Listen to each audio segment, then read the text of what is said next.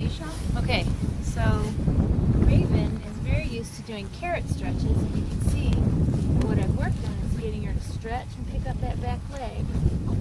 You can hear adjustments being made in her back. Now we'll go and shoot the other side. Not quite as flexible on this side, but she's started picking up that back leg.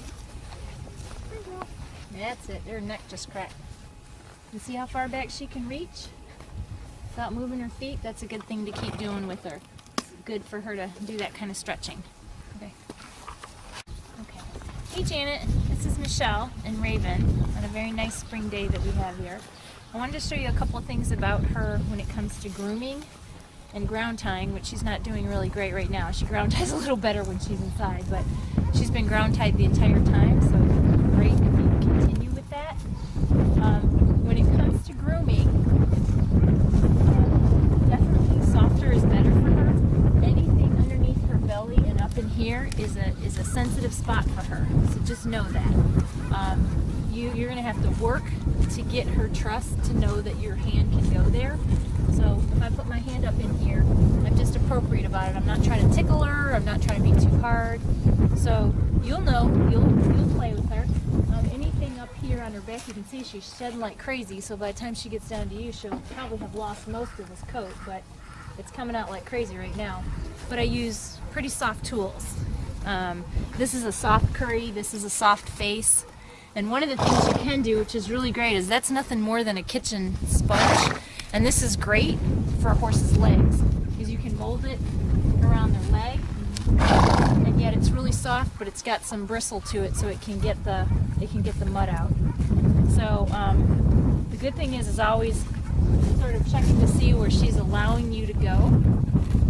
Usually, a face is a sensitive part for her, so a lot of times. Of course, I'm competing with the grass, so the grass is far more interesting than I am at the moment. But a lot of times, instead of just assuming, I'll hold the tool here and see if she'll kind of lean into it or try and start scratching herself. It makes her feel like she's got a choice in it. This is about the only spot, good girl, that she likes it a little bit scratching. Otherwise, just be appropriate when you groom her. Okay.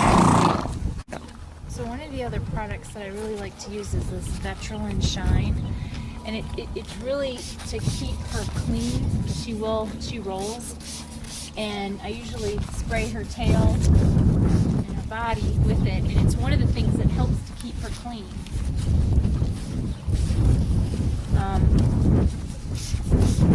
So you just spray some on it and then brush her tail out and brush her mane out. She's really good about being back here with her tail, but you always want to be careful. She's shedding like crazy, so her coat doesn't look as nice as it will once everything sheds out. But that's typical of springtime. When you go to ask, like Brian had said in the video, for her feet to pick it out, she will pick her feet up automatically for you. Hold it there, let her feel that you got her. And then you can let it back down again. She should be very polite with all of her four legs.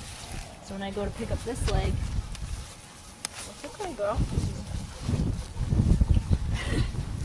Obviously, when you're competing with the grass, it's a little more challenging because she's very interested in the grass right now. So there, you just gotta let her trust you that you got her. Okay, stop it.